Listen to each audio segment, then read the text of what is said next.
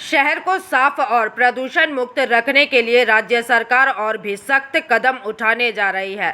सड़कों, bus stand या आबादी वाले इलाकों में कहीं भी कूड़ा फेंकने या पान की पीक फेंकने पर कड़ी निगरानी शुरू होने जा रही है और यही संदेश आम लोगों तक पहुंचाने के लिए राज्य की नगर निगम और शहरी विकास मंत्री अग्निमित्रा पाल मंगलवार सुबह दुर्गापुर के सिटी सेंटर बस स्टैंड इलाके में हाथ में झाड़ू लेकर सड़कों पर उतरी।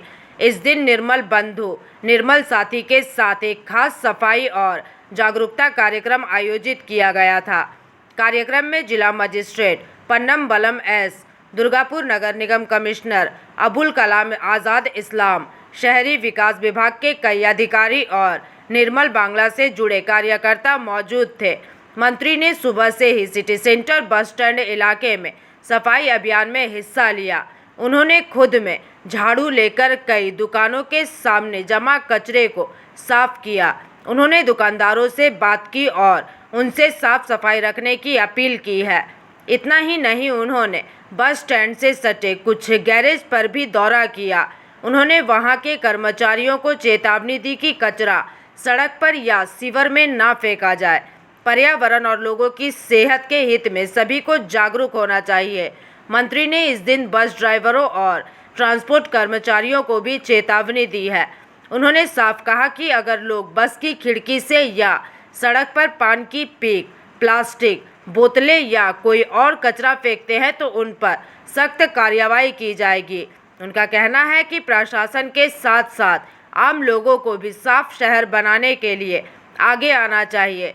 कार्यक्रम के दौरान मंत्री ने पिछले निर्मल बांग्ला प्रोजेक्ट के बारे में भी बात की। उन्होंने आरोप लगाया कि तृणमूल सरकार के दौरान मिशन निर्मल बांग्ला प्रोजेक्ट में बड़े पैमाने पर गड़बड़ियां और भ्रष्टाचार हुआ था।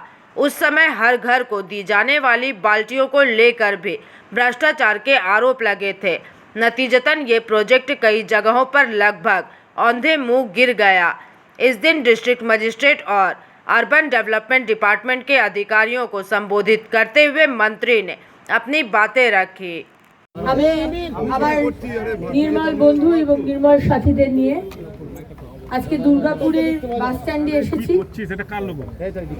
আপনাদের জানাই যে মাননীয় প্রধানমন্ত্রী যশস্বী প্রধানমন্ত্রী নরেন্দ্র মোদীজি 20 তারিখে তারকেশ্বরে আসছেন। তার আগে আমরা 6 দিনে 15 থেকে মানে গতকাল থেকে 20 তারিখ অবধি একটা 6 দিনের এক্সটেন্সিভ ক্লিনলিনেস প্রোগ্রাম স্বচ্ছতা অভিযান নিয়েছি। সেখানে আমরা চাই যে সমস্ত সমাজের মানুষ, স্কুলের ছেলেমেয়েরা থেকে শুরু করে আমাদের বাড়ির দাদু দিদারা যারা পারবেন সমস্ত মানুষ রাস্তায় এসে মন্দির, পার্ক, রাস্তা, নদী, ঘাট, লেক আমরা পরিষ্কার করব বা লোকদেরকে দিয়ে পরিষ্কার করাবো। Prevention is better than cure. তাই শুধু 5 দিন 6 দিনের ক্লিনলিনেস ড্রাইভ নিলাম সেই করলে হবে না। আমরা যে স্বপ্ন দেখেছি সোনার বাংলা গড়ার, সেই সোনার বাংলা কখনোই হবে না যতক্ষণ স্বচ্ছ বাংলা না হয়, সবুজ বাংলা না হয় আর সুস্থ বাংলা না হয়। আজকে পরিষ্কার যদি রাখি, জল জমতে না দিই, তাহলে ডেঙ্গুও হবে না, অসুখ বিসুখও হবে না। তাই আসুন, সমস্ত নির্মল বন্ধু নির্মল সাথীরা রয়েছেন আমার সাথে, তাদেরকে আমরা হেল্প করি এবং বাড়ি বাড়ি থেকে ওয়েট ওয়েস্ট আর ড্রাই ওয়েস্ট, রান্নাঘরের যে সবজি ফল সেটা একটা ডাব্বায় দিন, আর বাড়ির যে অন্য ড্রাই ওয়েস্ট সেগুলো একটা অন্য ডাব্বা করে নির্মল বন্ধু নির্মল সাথীদের হাতে দেবেন, একসাথে দেবেন না। তারা 5-6 দিন আপনার বাড়িতে যাবে, আপনাদেরকে অনুরোধ করবে আলাদা করে দেবার জন্য। 5-6 দিন বাদে যদি আপনারা না দেন তাহলে আপনার বাড়ি থেকে নির্মল বন্ধু নির্মল সাথী তারা কিন্তু ময়লা তুলবে না, ঠিক আছে? দ্বিতীয়ত হচ্ছে সকাল 6টা 6:30টার সময় যখন নির্মল বন্ধুরা যাবে আপনার বাড়িতে, আপনি হয়তো তখন ঘুমোচ্ছেন, ময়লাটা দিলেন না, পরে দিনের বেলায় 10টার সময় উঠে আপনার বাড়ির সামনে বা পাশের বাড়ির কাকিমার বাড়ির সামনে ফেলে দিলেন। আমরা কিন্তু সব নজর রাখছি, আপনাদের কিন্তু পেনাল্টি হবে।